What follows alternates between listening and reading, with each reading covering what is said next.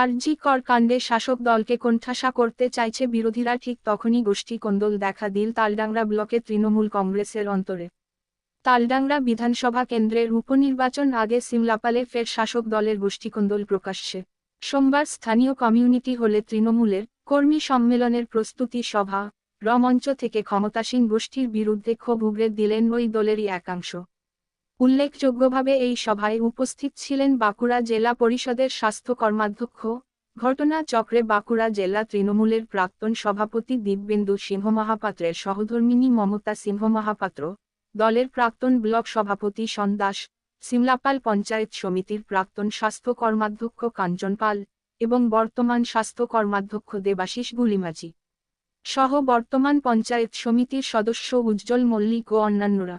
এদিন ওই মঞ্চে বক্তব্য রাখতে গিয়ে তৃণমূল নেতা উজ্জ্বল মল্লিক নাম না করে দলের সিমলাপাল ব্লক সভাপতি ফাল্গুনী সিংহবাবুকে উদ্দেশ্য করে বলেন, বিজেপি এবং সিপিএমের সঙ্গে আতাত করে সংগঠনের ক্ষতি করা হচ্ছে।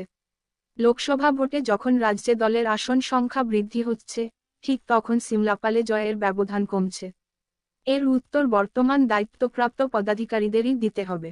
একই সঙ্গে এখন পদে থাকা নেতাদের সঙ্গে মানুষের কোন সংযোগ নেই, তারা গাড়িতেই ঘুরে বেড়ান। এছাড়াও দলের পুরানো কর্মীদের কোন সম্মান দেওয়া হয় না বলে তিনি দাবি করেন। একই দাবি তৃণমূল নেত্রী তথা জেলা পরিষদের কর্মাধ্যক্ষ মমতা সিংহ মহাপাত্রেরও। বর্তমানে যোগ্য সম্মান না পেয়ে অনেক পুরানো নেতৃত্ব বসে গেছেন বলেও তিনি দাবি করেন। এ বিষয়ে সিমলাপাল ব্লক তৃণমূল সভাপতি ফাল্গুনী সিংহবাবুর কোন প্রতিক্রিয়া পাওয়া। হঠাৎই উপনির্বাচনের আগে এই ধরনের দলীয় ব্যানারে আপনাদের প্রোগ্রাম, তারপরে দেখা গেল যে আপনাদের যারা দায়িত্বপ্রাপ্ত ব্লকের লিডার তারা অনুপস্থিত।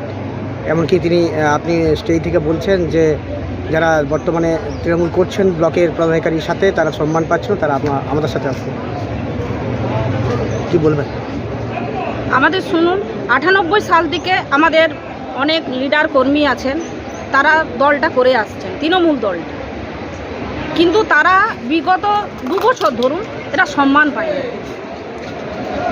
তারা আমাদের আগে যেরকম তারাই নেতৃত্ব দিতেন এবং নানা রকমের কর্মীর থেকে তাদের তুলে আনা, তাদের লিডার তৈরি করা, এই তারা ভূমিকা গ্রহণ করছেন। কিন্তু তারা কোনো সম্মান পাননি। আজকে আমাদের ধরুন এত মানুষের আজকে সমাগম উপস্থিত, আজ আমাদের সত্যিই আমরা গর্বিত যে পুরনো মানুষগুলো আজকে স্বচ্ছ ভাবমূর্তির মানুষগুলো আমাদের পাশে এসেছে। যারা নেতৃত্ব দিচ্ছে তারা কি কোথাও তাদের খামতি রয়েছে বলে মনে করছেন? আমার তো মনে হয়নি।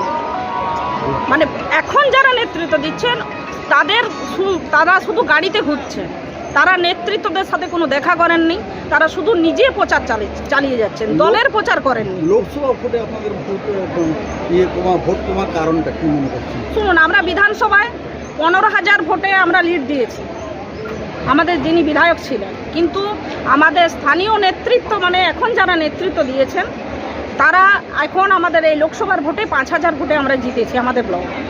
এর কারণ স্থানীয় নেতৃত্ব যারা এখন এই নেতৃত্বের দায়িত্বে আছেন তাদের গাফিলতি।